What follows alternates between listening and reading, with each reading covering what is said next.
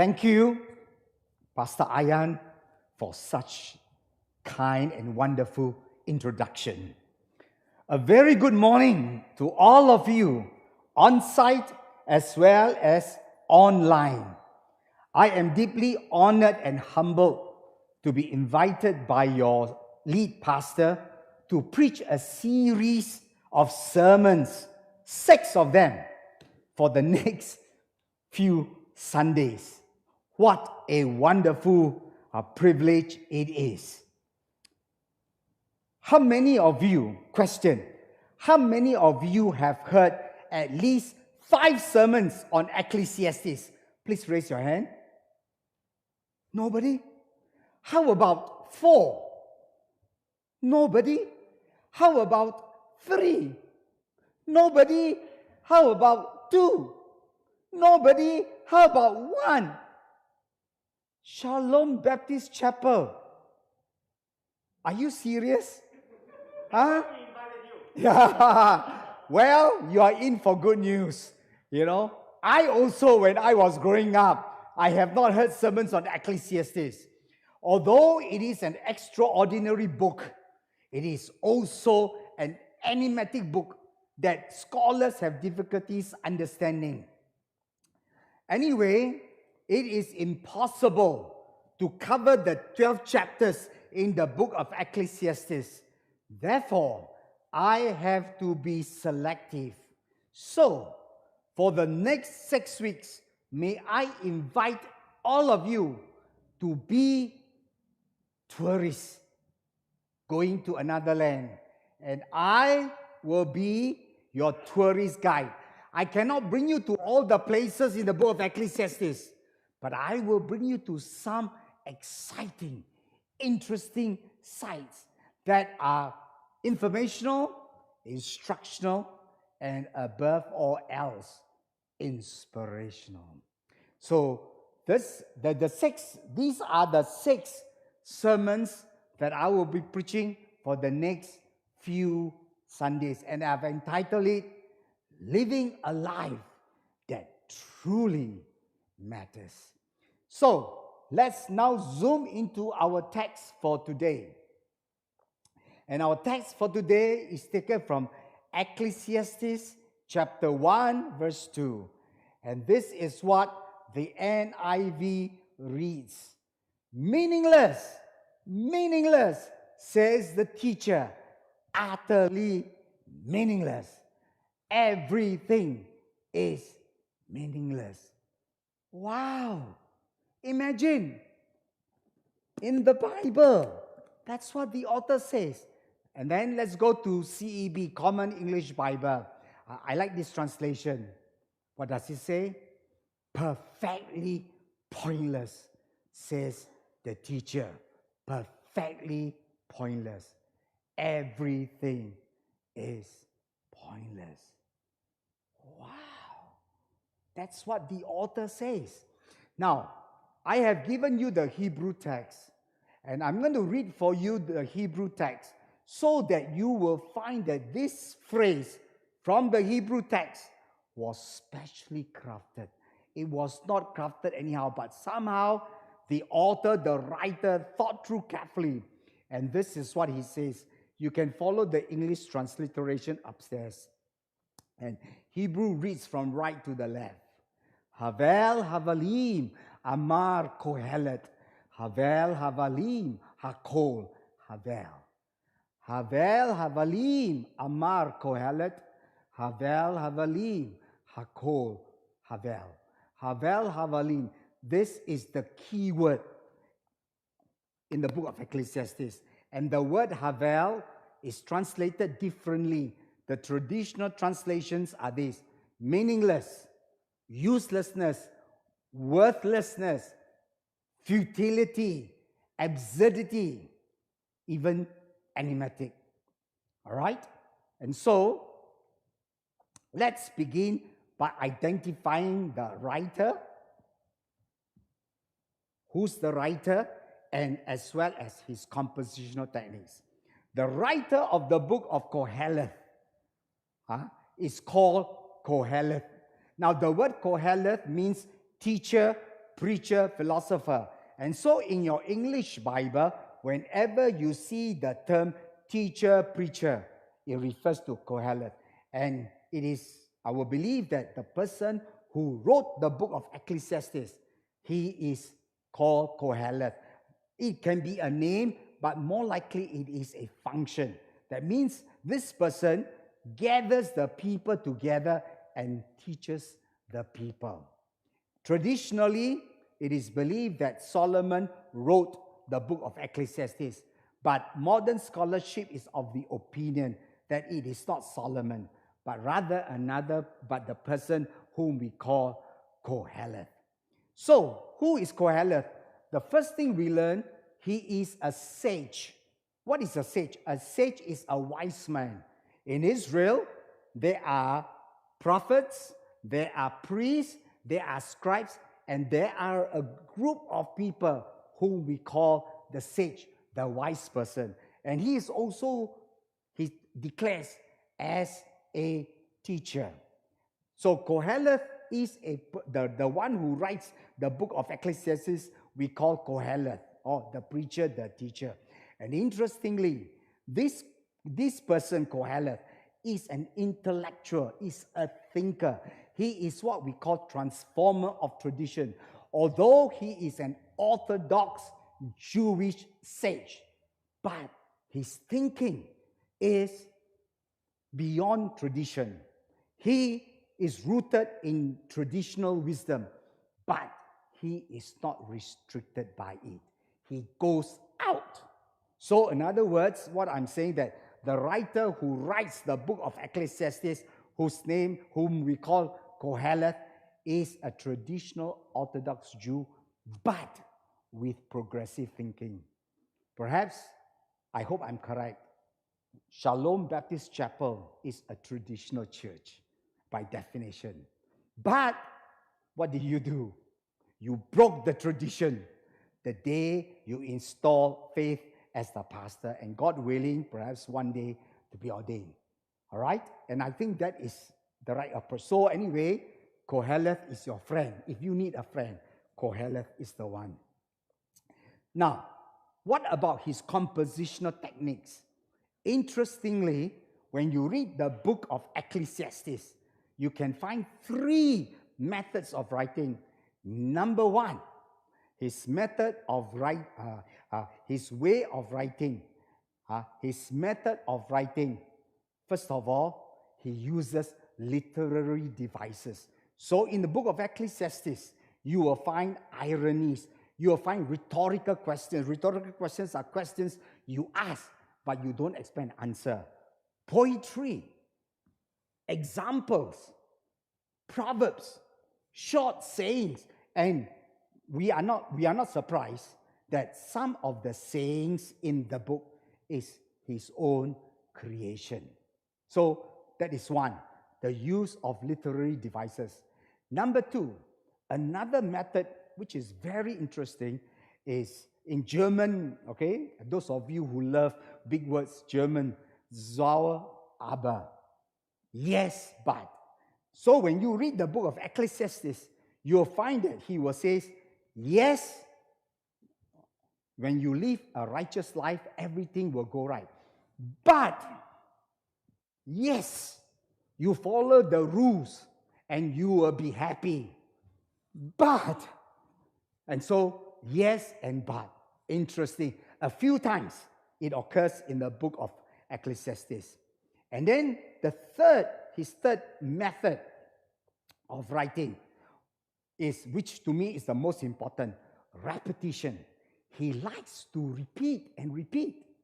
For example, words like I see, you find that he repeats 45 times. Now that's a lot. Fools occur a few times. And by the way, eat occurs 15 times. Those of you who love to eat, Ecclesiastes will be your friend. 15 times. And then, more importantly, you know the word I mentioned, Havel? You know how many times it occurs in the book of Ecclesiastes? It's not 5 times, it's not 10 times, it's not 20 times. 29 times In the book of Ecclesiastes, the word havel occurs. And another important word to note, that is under the sun, occurs about 27 times. So one way to understand the book of Ecclesiastes is to recognize the words, the catchphrases that he likes to use. When I was in school, my teacher taught me a good English composition must not have repetition. But that is not what the ancient world thought.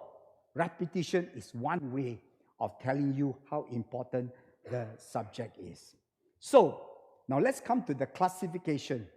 How do we classify the book of Ecclesiastes?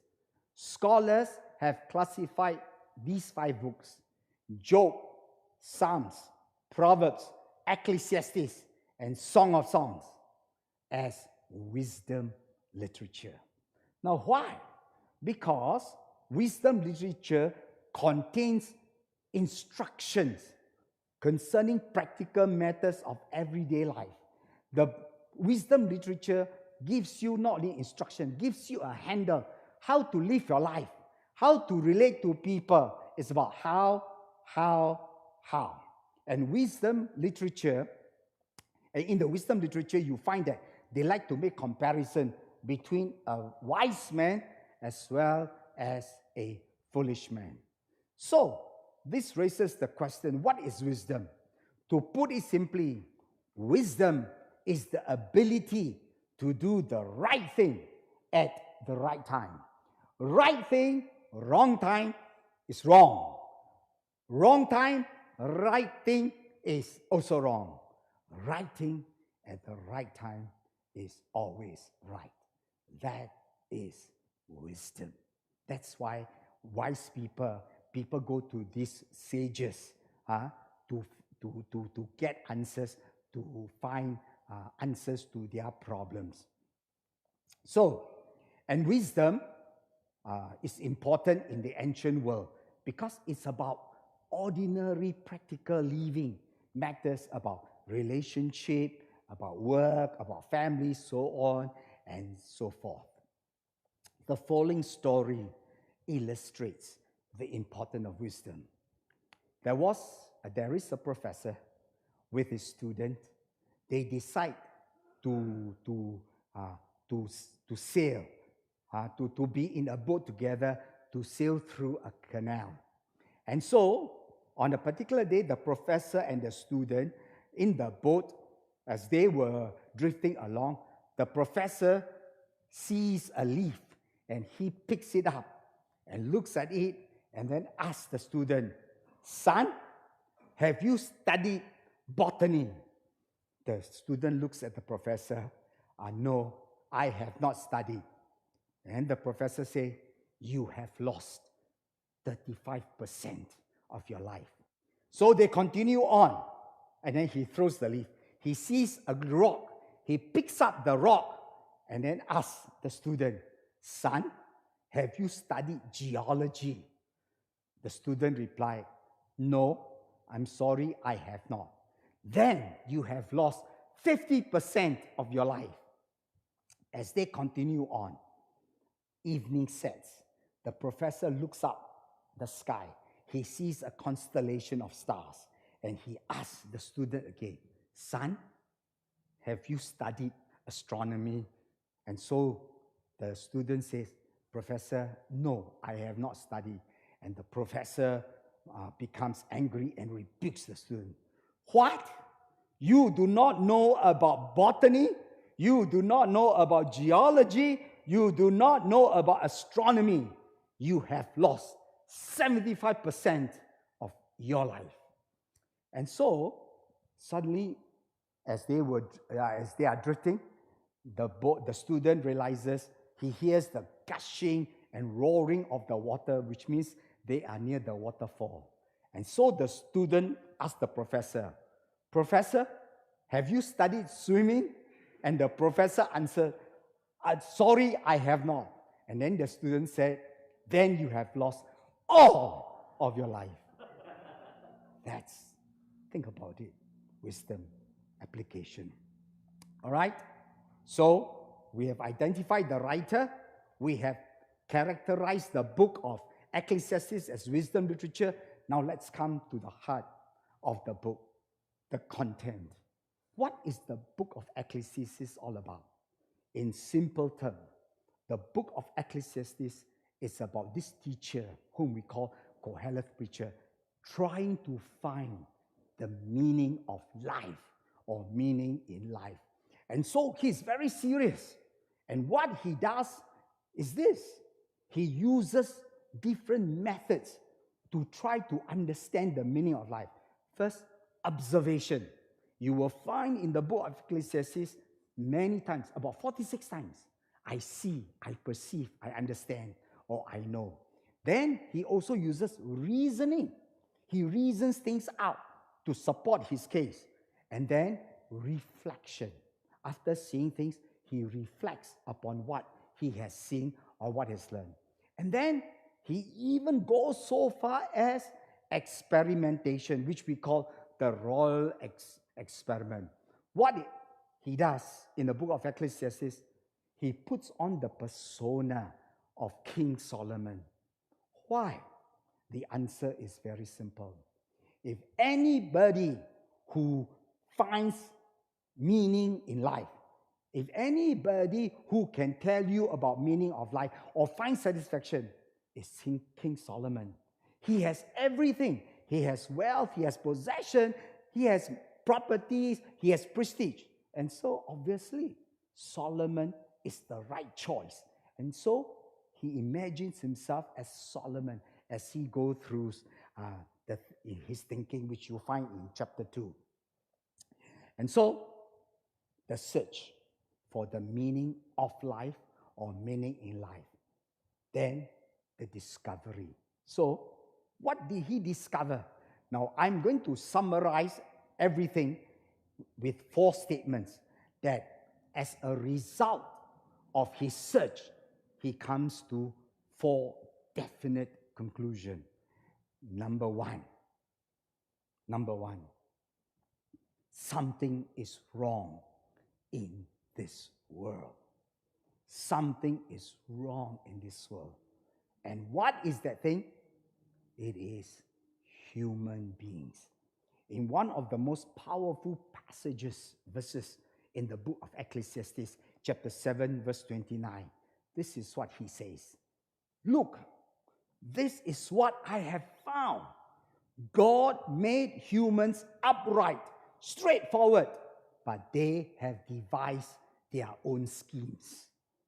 Or another translation says, with twisted minds, they have made all things wrong. Can I have the next slide? Now, all of you should know Humpty Dumpty. Question, can you recite with me this nursery rhyme? All right? Let's see. Can we try? Together. 1, 2, 3.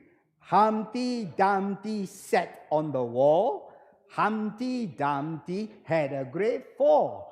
All the king's horses and all the king's men could not put Humpty Dumpty together again. Shalomites, did you attend primary 1? It looks like you are not sure. All right, this is important. So next slide.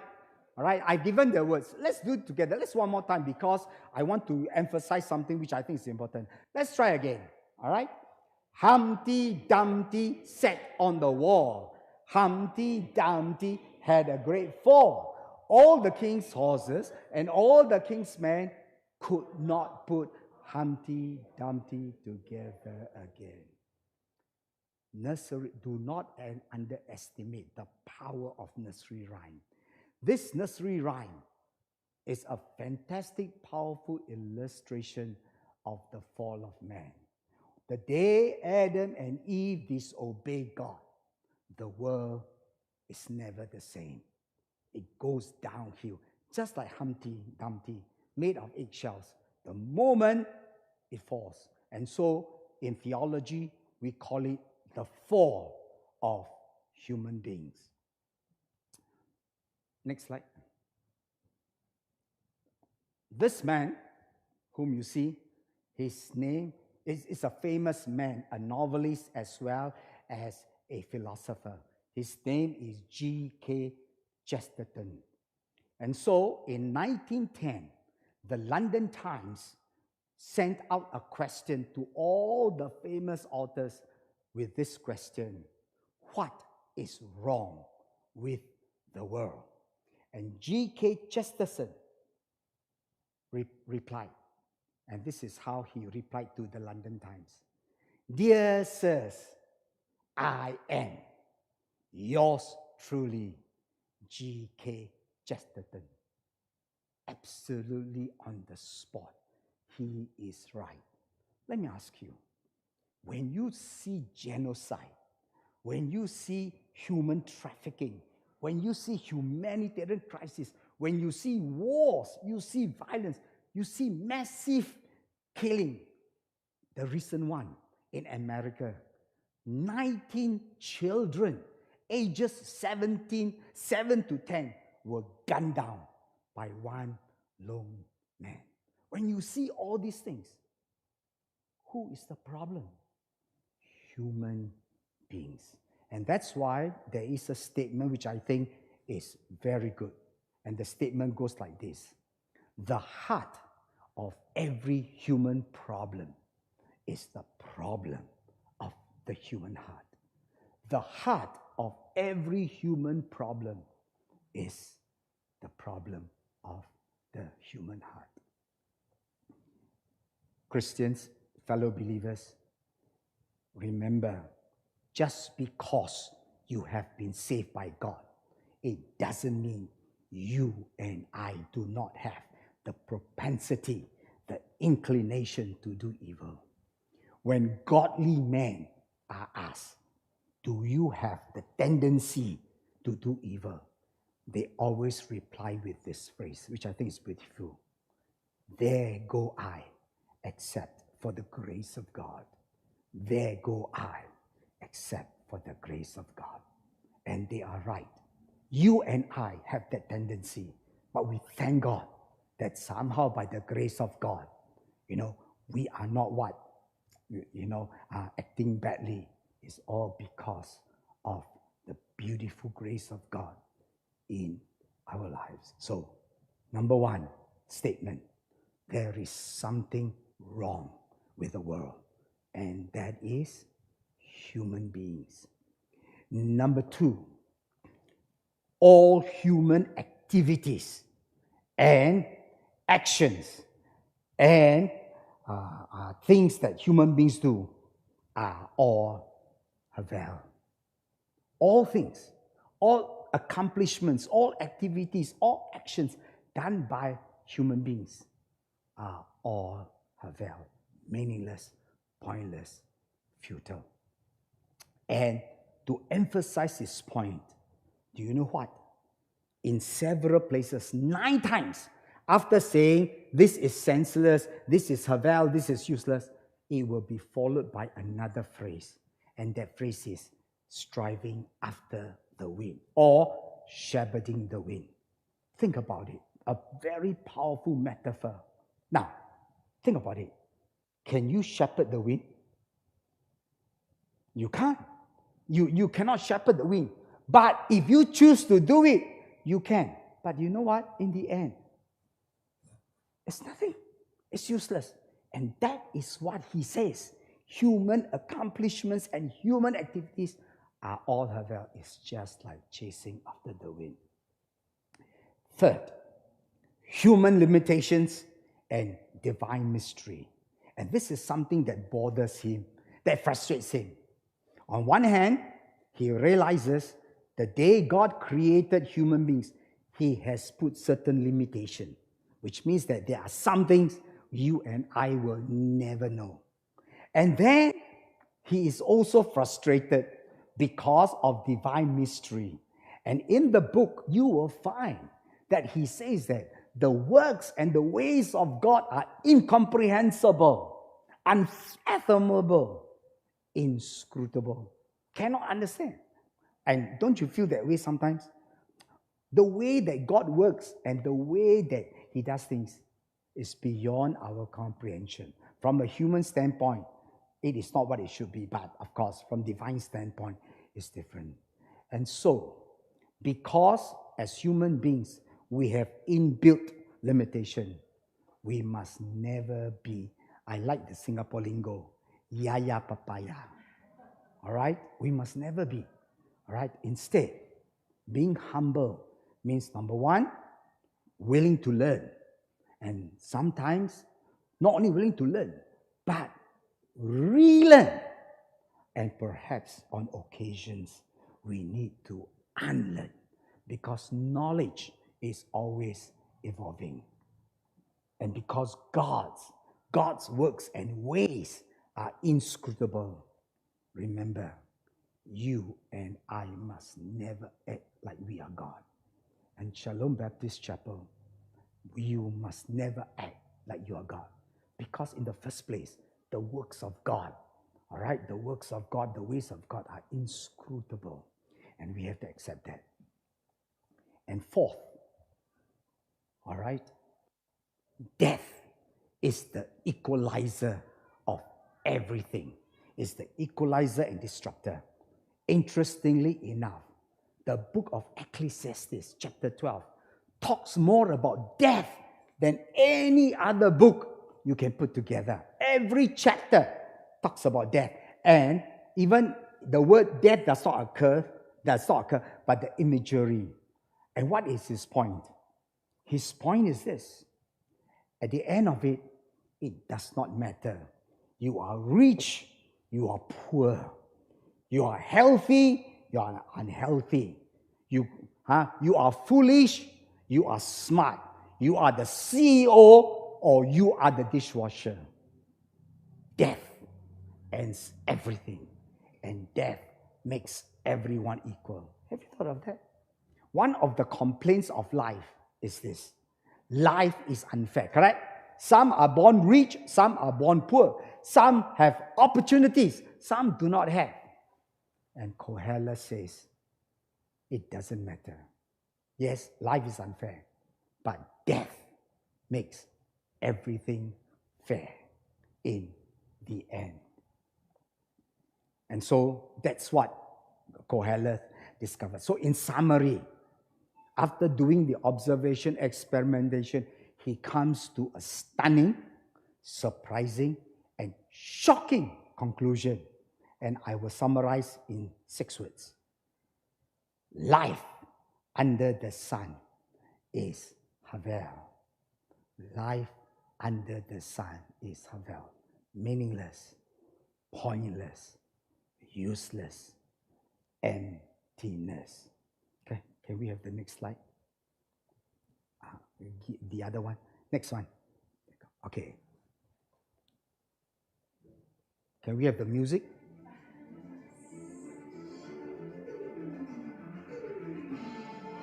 Wow.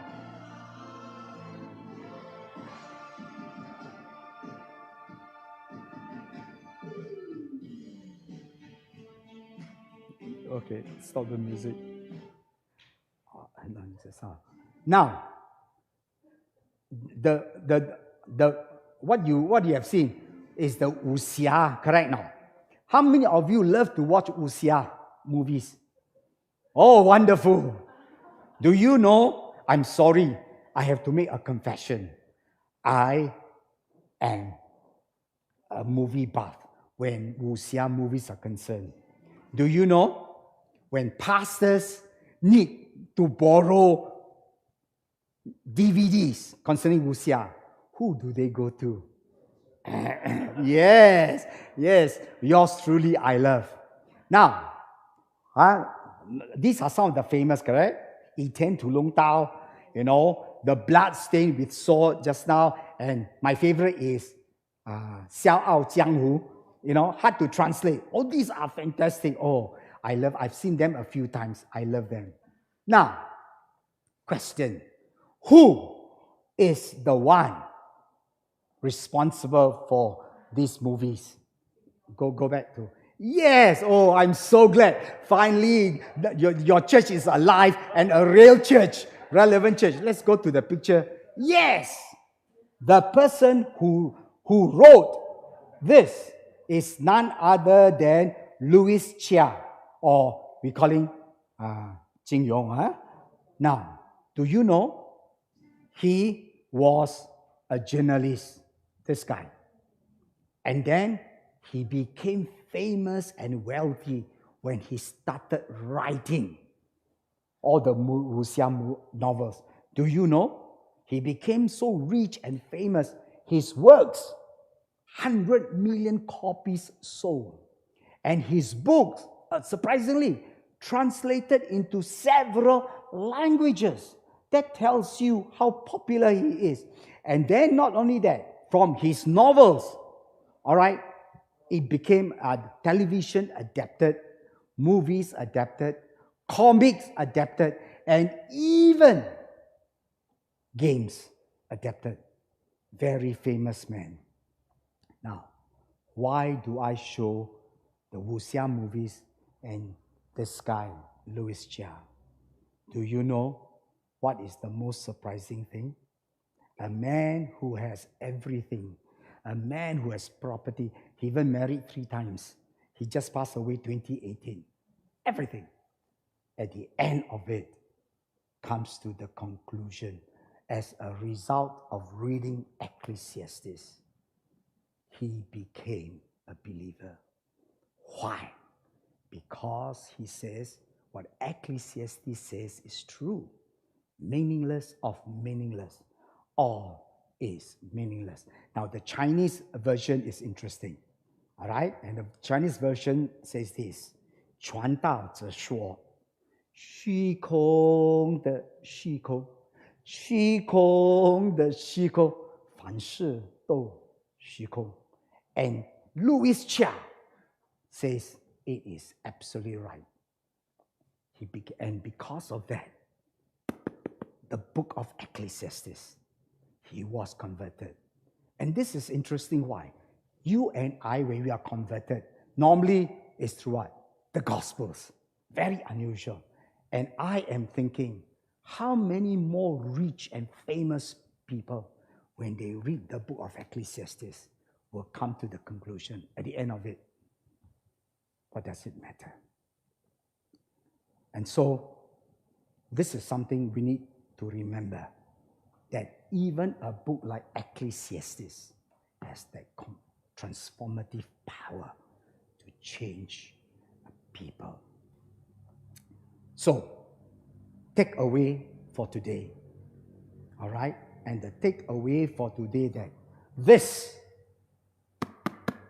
is an ancient, antiquated, old book written thousands of years ago, but it is still relevant in today's world.